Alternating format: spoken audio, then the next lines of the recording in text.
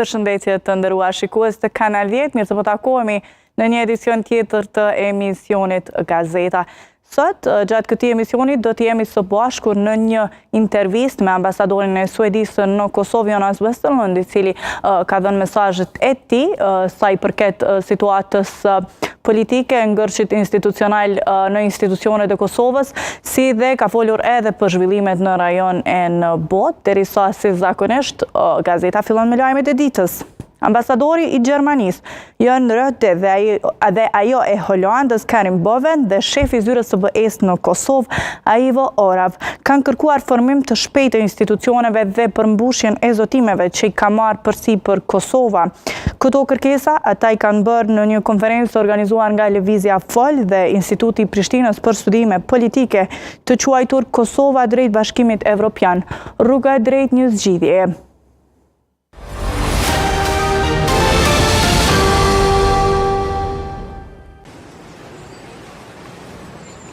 Pas dështimeve të një pasnjëshme për konstituim të Kuvendit të Kosovës, përfaqësuesit diplomatik të vendeve anëtare të Bashkimit Evropian në Kosovë kërkuan formim të menjëhershëm të institucioneve të reja në vend.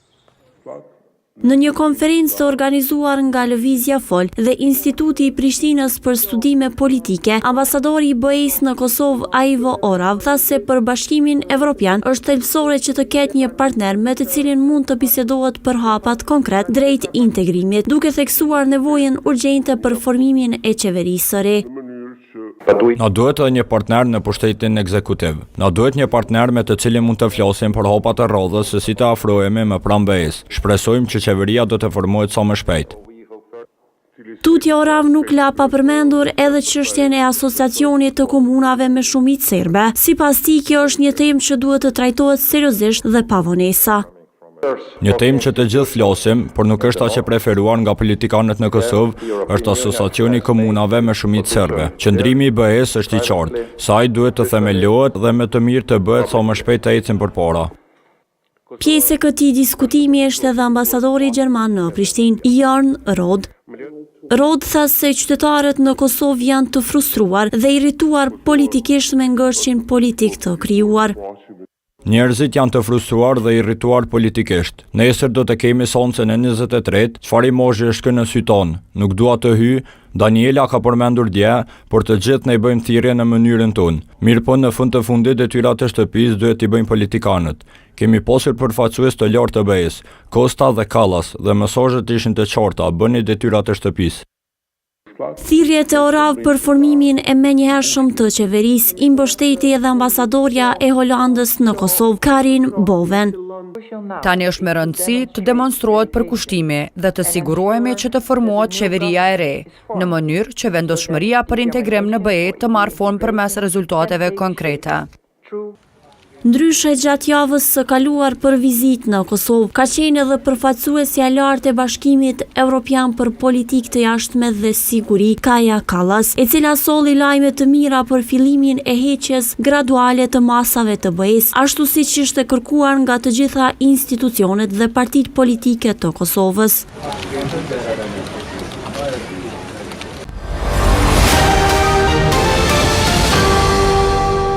Partia Demokratike e Kosovës ka deklaruar se vendimi i ZRE-s për daljen e bizneseve në tregun e lirë të energjisë elektrike nga qershori i këtij viti do të përkeqësojë edhe më shumë gjendjen ekonomike të Kosovës.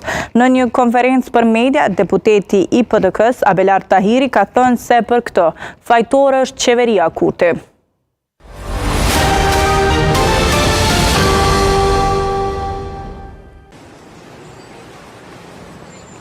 Vendimi i ZRE-s për daljen e bizneseve në tregun e lirë të energjisë elektrike nga qershori i këtij viti ka nxitur reagime për një kohë të gjatë.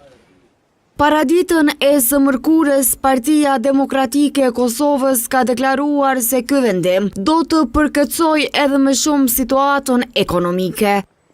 Për këtë gjendje, deputetin nga kjo parti, Abelar Tahiri, ka fajsuar qeverinë. Përballë këtyre fakteve, institucionet përgjithëse, si zyra rregullatorit të energjisë elektrike, Kostit dhe vetë shefi këtyre, pra kryeministri në detyrë, zoti Kurti, kanë heshtur në mënyrë të pajustifikueshme. Në fund, pasojat e këtyre skemave kriminale dhe të dëshimta po i paguajnë qytetarët e Republikës së Kosovës. Ndër të tjera, ai ka thënë se qytetarët e Kosovës kanë të drejta din të vërtetën për keqpërdorimet që rëndojnë jetën dhe ekonominë e tyre. Një qershori është një ditë, në rast se ky vendim nuk do të pezullohet, është një ditë e zezë për ekonominë e vendit tonë, sepse nga ai moment prodhues tonë vendor do të shikojnë mundësitë e zhvendosjes së fabrikave tyre jashtë Kosovës dhe në anën tjetër fatkeqësisht tash Kosova do të jetë një treg jashtëzakonisht i mirë për prodhues të tjerë e fatkeqësisht sidomos prodhues nga Serbia që Qeveria e Republikës së Kosovës së bashku me zyrën e rregullatorit të energjisë elektrike po ja mundsojnë një gjë të tillë. Ndryshe, bizneset nesër protestojnë kundër vendimit të zëres.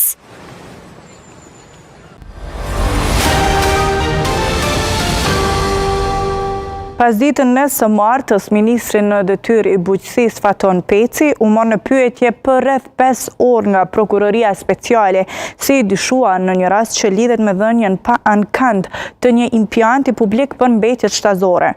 Këtë të mërkur ka reaguar vetë ministri përmes një postimi në rrjetet sociale ku ka theksuar se veprimet e tij kanë qenë në funksion të fermerëve dhe interesit publik. Ish partitë opozitare në anën tjetër kanë kërkuar që hetimet të vazhdojnë pa ndikime politike.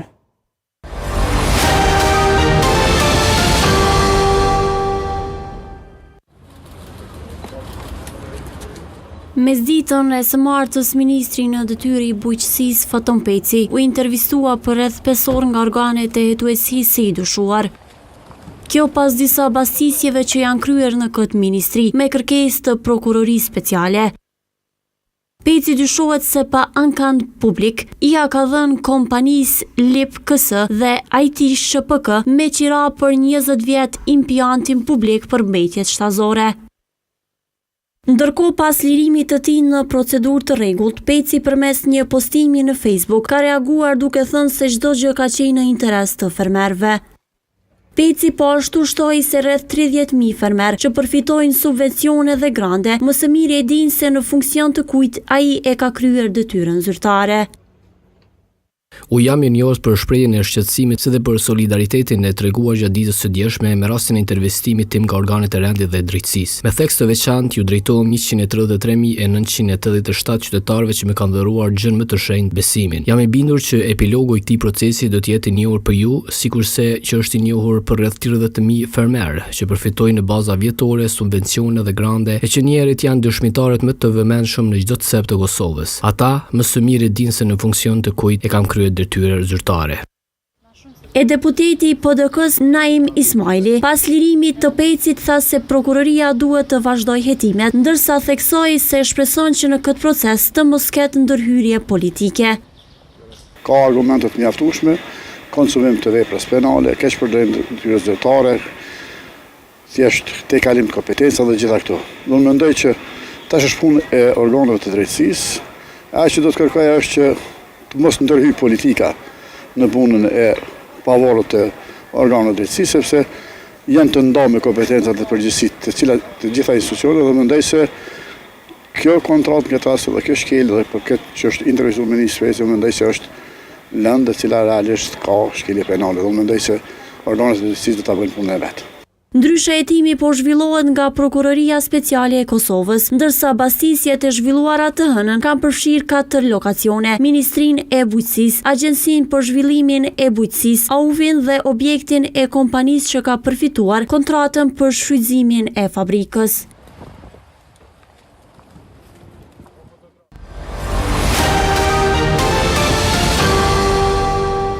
Kryeministri në detyrë i Republikës së Kosovës Albin Kurti sot ka mirëpritur ambasadorin William Walker, ish shefin e misionit verifikues të OSBE-s që po shoqërohej nga bashkëshortja e tij. Në njoftimin e zyrës së kryeministrit thuhet se kanë biseduar për zhvillimet e fundit në vend, rezultatet e zgjedhjeve, punën e institucioneve dhe sfidat e vendit e të rajonit. Kryeministri u shpreh si gjithmonë i lumtur që ta takojë e të bashkëbisedojë me ambasadorin Walker, të cilin e falenderoi për rolin e tij historik për popullin tonë dhe angazhimin e vazhdueshëm në mbështetje të së vërtetës dhe drejtësisë, thuhet në njoftim.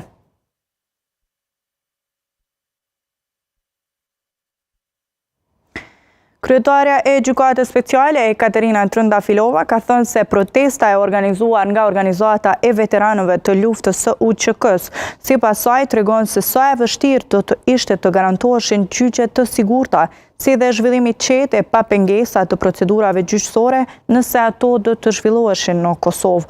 Trëndafilova ka thënë se nuk ka pasur ndonjë mesazh të veçantë apo kryesor për dhënde se sipas saj ftesa për konferencë ka qenë për të informuar publikun për atë që po ndodh në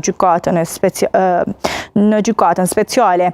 E pyetur nëse do të vizitoj përsëri Kosovën, Trëndafilova ka thënë se do të kthehet përsëri për të informuar publikun për atë që po ndodh në Hag. Sipas saj është ende herët të flitet për fundin e procesit ndaj shkrerëve të UÇK-s në Hag, megjithatë ka thënë se me përfundimin e paraqitjes së provave nga prokuroria është përfunduar një pjesë shumë e rëndësishme.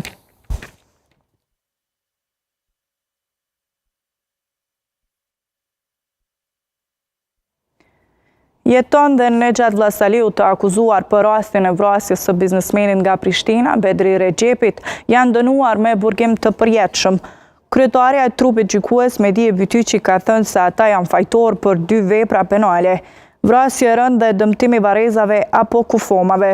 Sipas aktakuzës, jeton Vllazaliu më 8 prill 2021, Bedri Rexhepin e dërgon në fshatin Vllazali, në shtëpinë të pandehurit Nexhat Vllazaliu, pasi paraprakisht kishin planifikuar vrasjen e tij. Gjithnjë, sipas aktakuzës, me të arritur te shtëpia e të pandehurit, jeton Vllazaliu në mënyrë tinxare e kishte vrarë Bedri Rexhepin duke menduar që ky i fundit ka shumën e saktuar të parave. Sipas dosjes së prokurorisë, pastaj veturën me të cilën Bedri Rexhepi kishte shkuar deri tek shtëpia e të akuzuarve, jeton Vllazaliu e kishte dërguar në arat e fshatit Shuqic në Janjev. Pastaj pandehuri e kishte thirrur në telefon Nexhat Vllazaliun, i cili kishte dalë në ndihmë, duke marrë me veturën e tij personale nga vendi ku jeton Vllazaliu, kishte fshehur veturën e të ndjerit.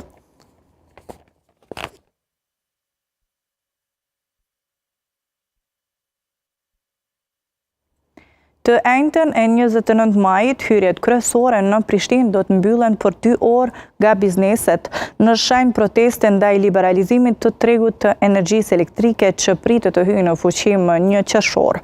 Në një kërkesë për bizneset, Oda Ekonomike e Kosovës ka njoftuar se për 2 orë do të ketë protestë paqësore, teksa ka paralajmëruar se ato do të vazhdojnë deri në plotësim të kërkesave të bizneseve që të shtyhet dalja në tregun e lirë dhe që të nisë dialogu për gjetur zgjidhje të pranueshme që tranzicioni të ndikojë sa më pak në sektorin privat. Kryetari i Odës Ekonomike të Kosovës, Lulzim Rafuna, tha se protesta është hapi i parë për të shprehur pakënaqësinë ndaj vendimit të zërejës. Qëllimi është që njoftojmë që nesër nga ora 10 deri në ora 12 do të ketë një protestë, do të ketë mbyllje të hyrjeve dhe daljeve të rrugëve të kryeqytetit të Prishtinës, si hapi i parë për ta shprehur pakënaqësinë tonë me daljen në tregun e hapur. Nuk jemi kundër daljes në tregun e hapur, mirë po kërkesa e biznesit ka qenë që të kemi një periudhë të tranzicionit që të përgatitet së pari tregu i cili nuk është i përgatitur dhe së dyti që bizneset të përgatiten për me dalë në tregun e lirë, që të mos ketë efekte negative ose pasoja si për biznesin, si për ekonominë e vendit. Deri më sot jemi munduar që të japim rrugë dialogut, kemi dërguar shkresa, kemi pas shumë takime, mirë por nuk kemi hasur në mirë kuptim për të na lejuar një fazë të tranzicionit për të mirën e biznesit, për të mirën e ekonomisë së vendit.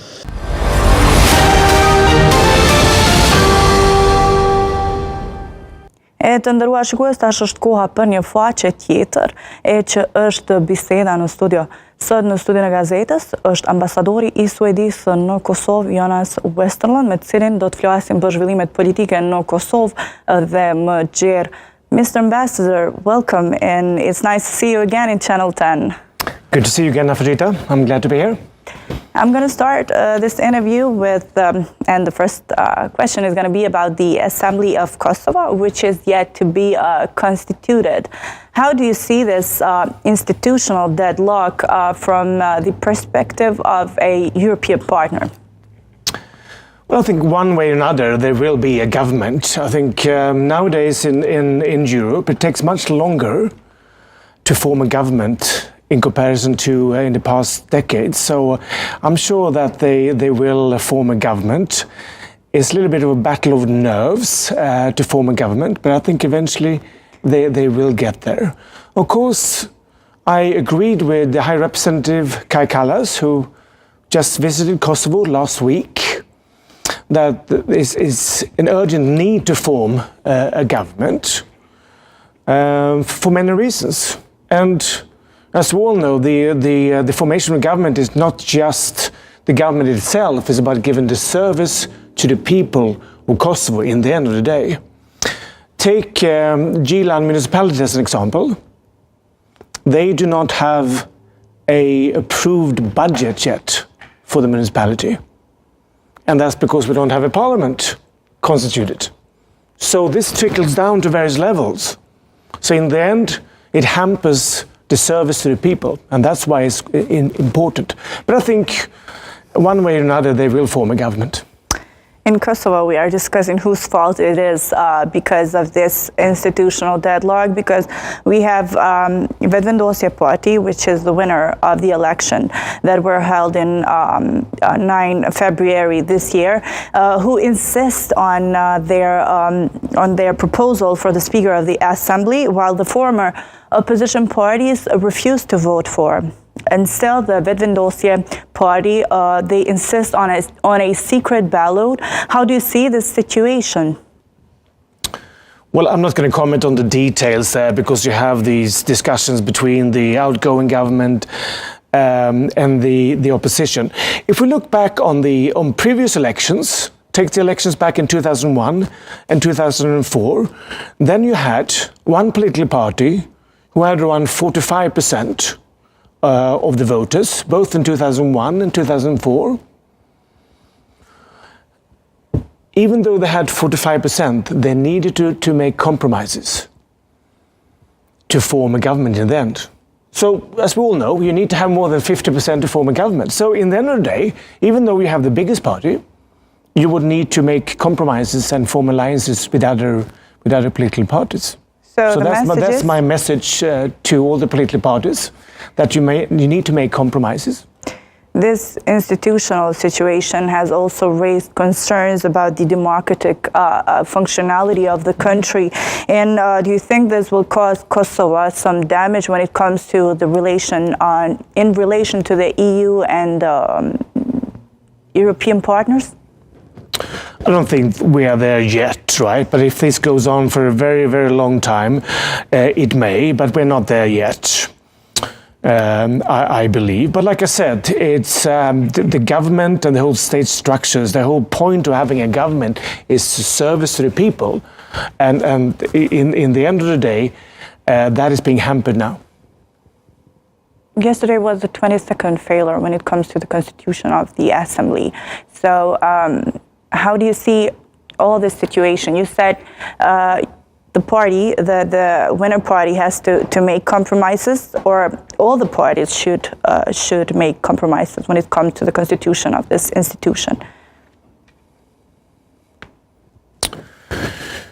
Yes, I mean that's normal work in any parliament in Europe. That if you want to have a bill approved, be it on an infrastructure project or on something else, you will need to seek alliances, and you need to have more than 50%. So that's what you need to do now as well. Like I said, this is a battle of nerves, and I think one way or another they will form a government. Because they say, the winner party said that we are responsible for the government, but when it comes to the constitution of the assembly, everybody is responsible, every party. Well, if my memory serves me correct, the largest party in the election result could put forward a candidate to the speaker, but of course they need to have support from other political parties. Perhaps in the future there will be people who would to raise a discussion about how changes should be done in the constitution in the future, not now, but in the future, to clarify this. Perhaps there should be a discussion about that. I'm not a constitutional expert, but perhaps there should be a discussion about that. You had a meeting yesterday with Limaj from the NISMA party. What did he say? What was the discussion about? I had a conversation with Nisma. We discussed the current situation. I will not go any further than that. Oh, so you're not sharing information with us. Okay, so you are very well informed that we don't have a government now, so we are you have a caretaker prime minister, which is Albin Kurti. How do you evaluate his work on these 4 years? Well, it's up for the voters and the people of Kosovo, of course, to evaluate the work of the prime minister and the outgoing government. I believe I can just say on a personal level, I had valued his mandate and his position as a prime minister in a very good manner. He's always been very accessible. He's a friend of the Nordic countries, so I have appreciated his time as a prime minister on a personal level. What about President Osmani, which her mandate is going to end next year? How do you evaluate her work as a president of the Republic of Kosovo? Well, I have the same answer there, right? I think it's up for the people of Kosovo to evaluate her work.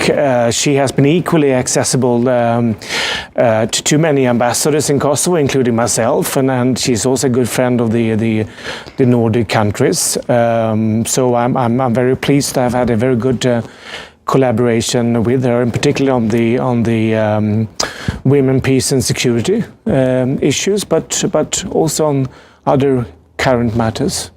You mentioned, Mr. Ambassador, at the start of this interview, the messages that High Representative of the EU, Ms. Kaja Kallas, said in the recent visit that she had in Kosovo.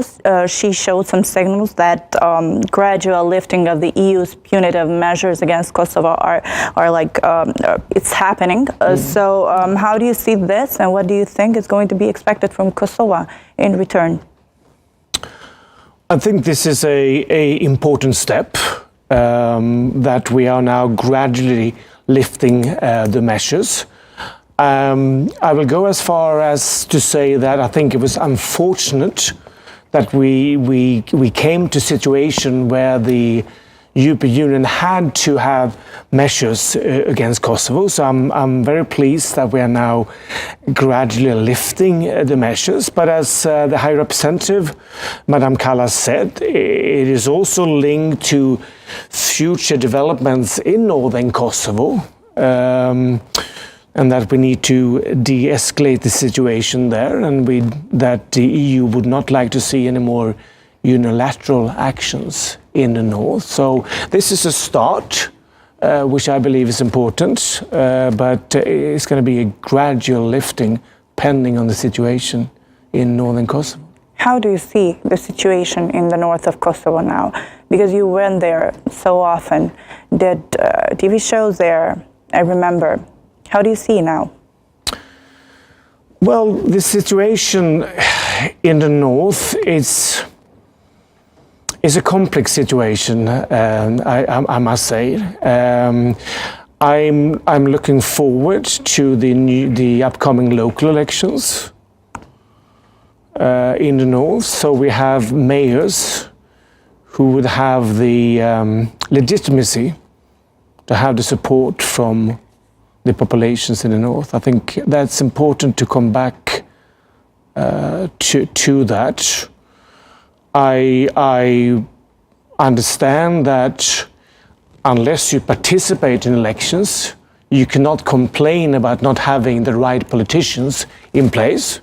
That's also a fair point. So in any democracy, you need to participate, and if you don't, you cannot really complain about the situation. But I'm looking forward to the local elections in the autumn, and that we will have mayors that will have the full support of the majority population. But it is a complex situation in the north. There are a number of incidents happening now and then. So as Madame Kallas, the High Representative, said, we need to reinstall the judges, the prosecutors, and the police officers from the local majority population. While we talk about the north, while we talk about the deadlock that the institutions in Kosovo are in, the dialogue remains in a sensitive phase, right?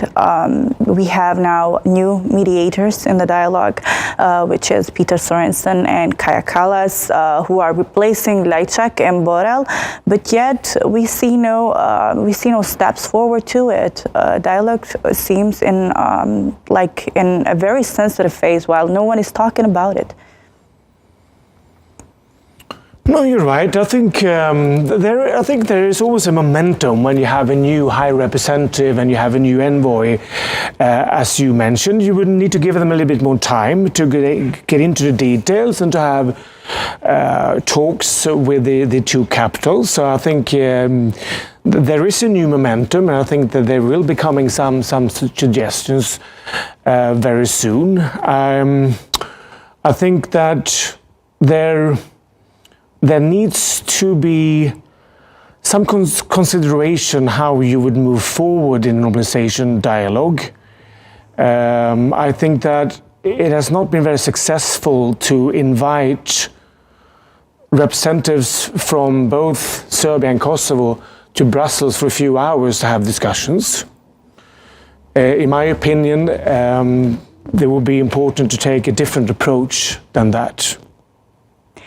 I was actually trying to ask that if the EU has lost interest on the dialogue between Kosovo and Serbia because of the institutional the dysfunction of the institutions here in Kosovo. Has they lost interest? No, not at all, I would say. I mean, we all know about Russia's aggression against Ukraine. So the focus in Stockholm and in Brussels is all about Russia's aggression against Ukraine and the threat against the whole European security architecture. That's where the focus are. But you must realize we just had a visit of the High Representative Madame Kallas in Kosovo. We just had a visit of the President of the European Council, Antonio da Costa. The most high-ranking people you can have in Brussels just visited Kosovo for the past 30 days. That is an illustration of how important the Western Balkans is for European Union and for Sweden. They have both emphasized that we want to see the Western Balkans inside the European family, and that all the nations in the Western Balkans will become members of the European Union. So the dysfunction of the institution here in Kosovo are not causing the dialogue, the process of the dialogue to stall? Well, dysfunction is your word, I would say. As always, when you form a new government in any capital, it is not helpful, of course, for the normalization dialogue. But that's the case if you have a new elections in any other country in the European Union. You will need to give them some time to form a government and then to sort of relaunch the negotiations. Like I said, one way or another, we will have a new government in Kosovo this time as well. And then once you have that government, there will be a relaunch of the normalization dialogue and an intense discussion between the new EU envoy and the new Prime Minister. Rest assured that will happen. So all we have to do is form a new government, right? But what about the elections that are being mentioned so many times by the politicians here in Kosovo? They seem to not be interested in constituting the assembly, forming the government. They are actually talking about the elections, the new elections in Kosovo. My understanding is that you need to appoint a speaker no matter what until you would, constitutionally speaking, you will need to constitute the parliament before you even consider coming back to new elections. And we're not there. I'm not suggesting or supporting that in any way. So we just need to solve this. I'm sure that they will solve this very soon. The question was because of the of what they talk in the TV shows and after every try they do for the constitution of the assembly, that's what they talk about. Or we constitute the assembly, or we go to the new election. While we remember the last elections were in February, so close. I don't have any views on whether we should have new elections or not. My understanding is, from a legal point of view, that you need to constitute the parliament, to have a speaker and constitute parliament before you proceed ahead to form a government, and if you don't form a government, you will have new elections according to the procedure. So we're not there yet. Let's focus on appointing a new speaker of parliament. I'm sure that they will come to an agreement on this. So we understood the message. Once we form the government, then we go toward the EU integration, right?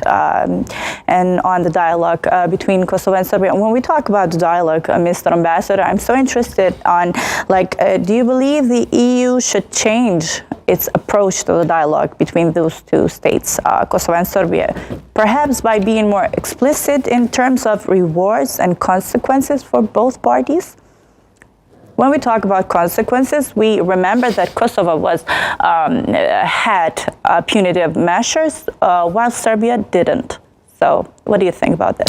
No, my understanding is that Brussels would like to focus very much on what is called incentives very much. I think that is the right approach, and that's something that is being discussed in Brussels at the moment. I think that's the right approach. I'm not the envoy, and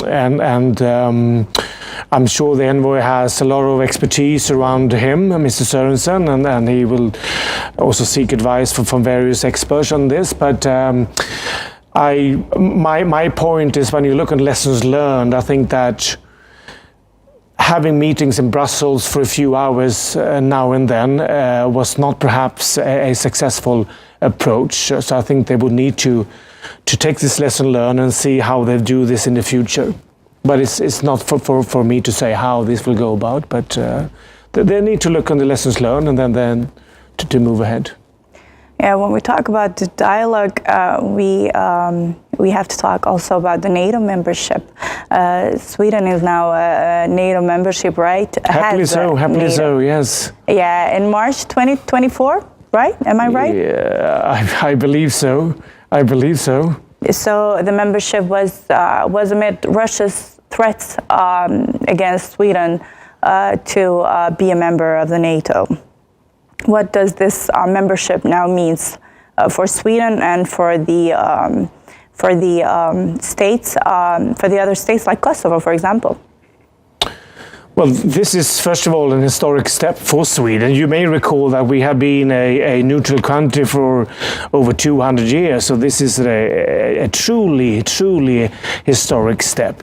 If you look on the map of the Baltic Sea in Northern Europe, now Finland and Sweden are NATO members, and they also have the Baltic state being NATO members. From a sort of military standpoint, in order to defend the Baltic state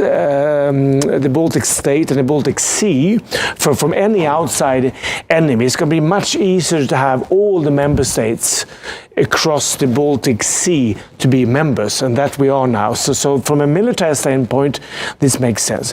But also from a political standpoint, this is very important for our transatlantic link, our relations with the US, and we are very happy to finally be part of a democratic defense alliance, and we hope that the Western Balkans will in the future be members of the NATO alliance as well.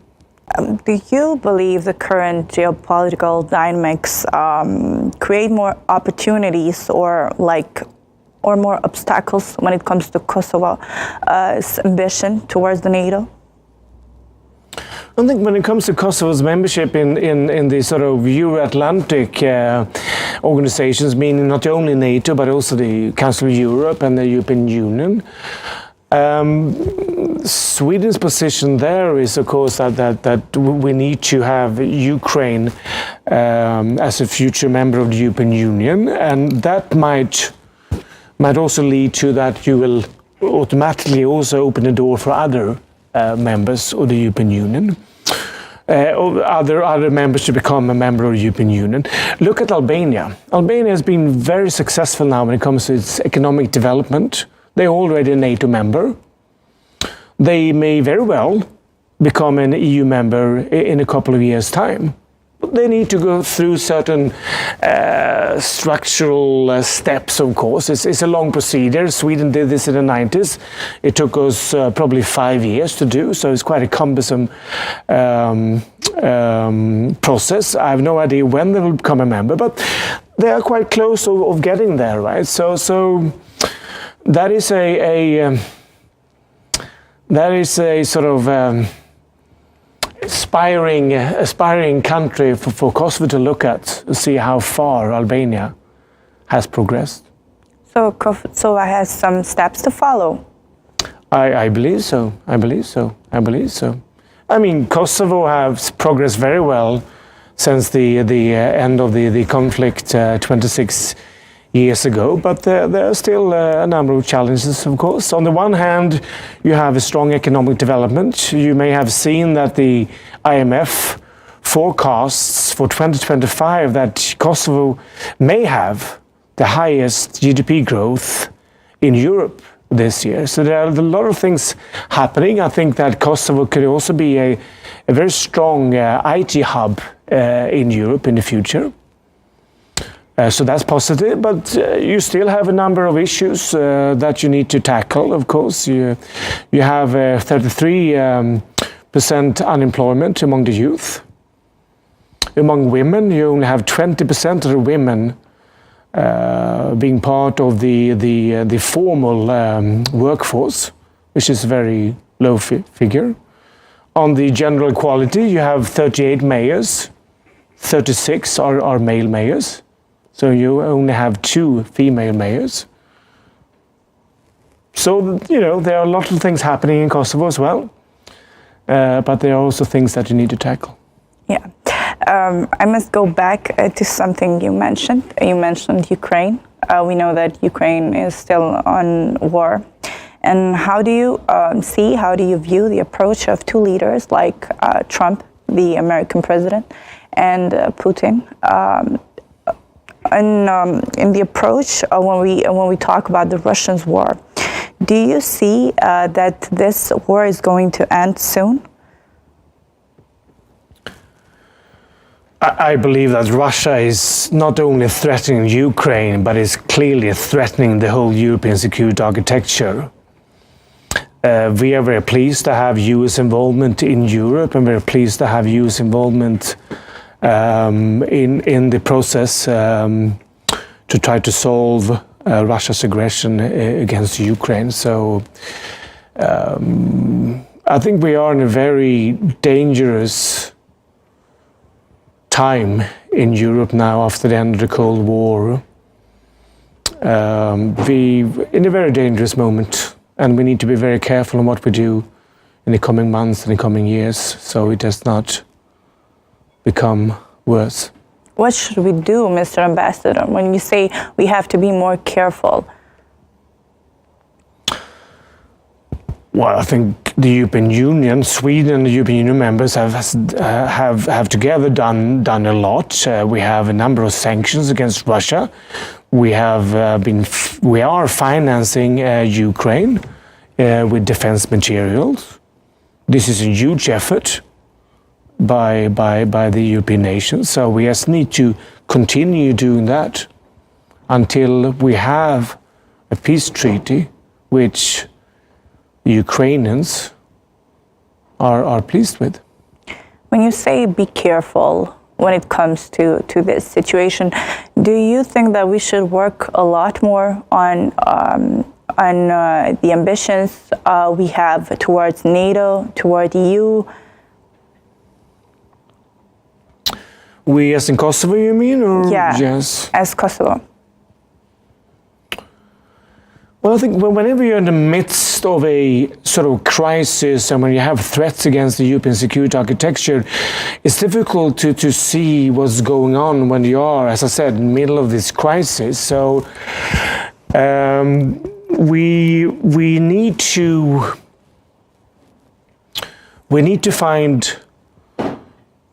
settle the crisis at the moment, right? So what we want is, of course, that Russia stops its aggression against Ukraine.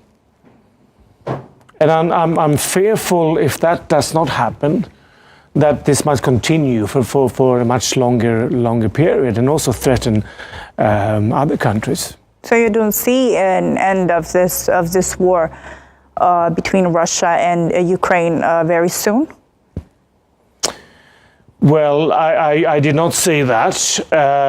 It's up to the Ukrainians to continue the discussions with Moscow and to finalize a peace treaty. What I said was that if we cannot come to one sort of solution, I'm afraid that this might just continue and it might just escalate. Okay, so that's the risk. And coming to your question, yes, I believe that we need to see how we can speed up the process of having European nations who are not part of the European Union and NATO to become part of the Euro-Atlantic organizations. Yeah, so now we're going to change the topic from the NATO, from the Ukraine-Russia war. We're going to go to the last but not least, considering, Mr. Ambassador, that there are so many Swedish companies in Kosovo. How do you see the chance that there are going to be more Swedish companies that are going to invest in Kosovo? Do you see the potential of it? Like I said, I see a great potential to have Kosovo become some sort of IT hub in Europe. I see many Swedish companies who started to outsource at the end of the Cold War, the beginning of the 90s, to outsource production to the Baltic states, to Poland, to the Czech Republic in the early 90s. Not only when it comes to IT, but in general production, be it furniture or textile. Now, the salary levels in these countries, 35 years later, have now been nearly on par with the Swedish salary level.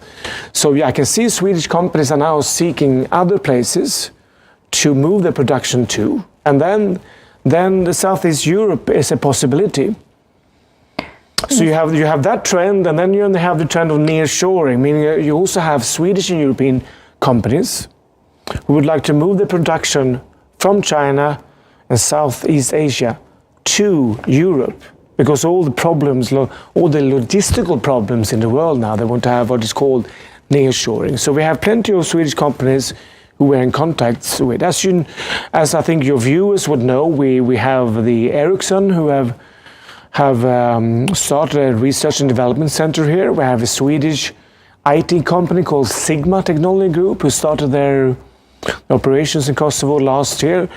I'm in contact with lots of other companies who are keen to continue discussions with me to start productions and to have their IT operations in Kosovo as well. So they see the Kosovo potential to invest. That's great to hear, Mr. Yes, Ambassador. right. I want to talk a little bit about the Sweden development support. What is it about? Well, as you know, as your viewers know, we started directly after the war to come in with development support to Kosovo. We are the fourth largest development supporter to Kosovo.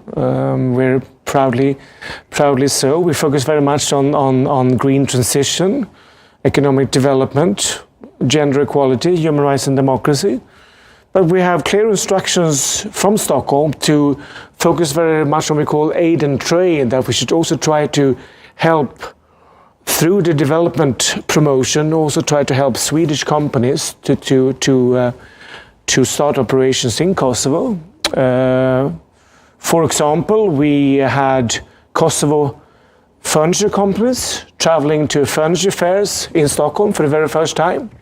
We also had Kosovo tour operators travel to a tourism fair in Stockholm for the very first time as well. This particular week, we have a Swedish tour operator starting hiking tours in the Shari Mountains for the first time ever. We are very much using if I can use the word using, the Kosovo Albanian diaspora in Sweden. We have around 65,000 people in Kosovo. and I get a lot of help from them, and we see the link there all the time. That many of the Kosovo, many of the Swedish companies who would like to start production, there's very frequently a link to the diaspora there. So that's very helpful.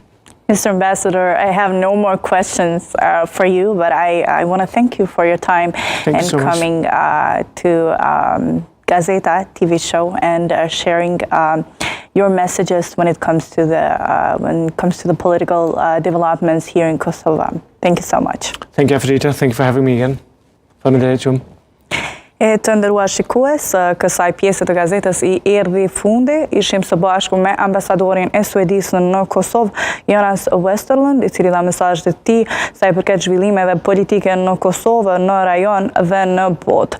Nga unë natën e mirë, mirëbeqi, shihemi nesër nga ora 18, ju lë si zakonisht me faqen e fundit të gazetës e që është sporti. Natën e mirë.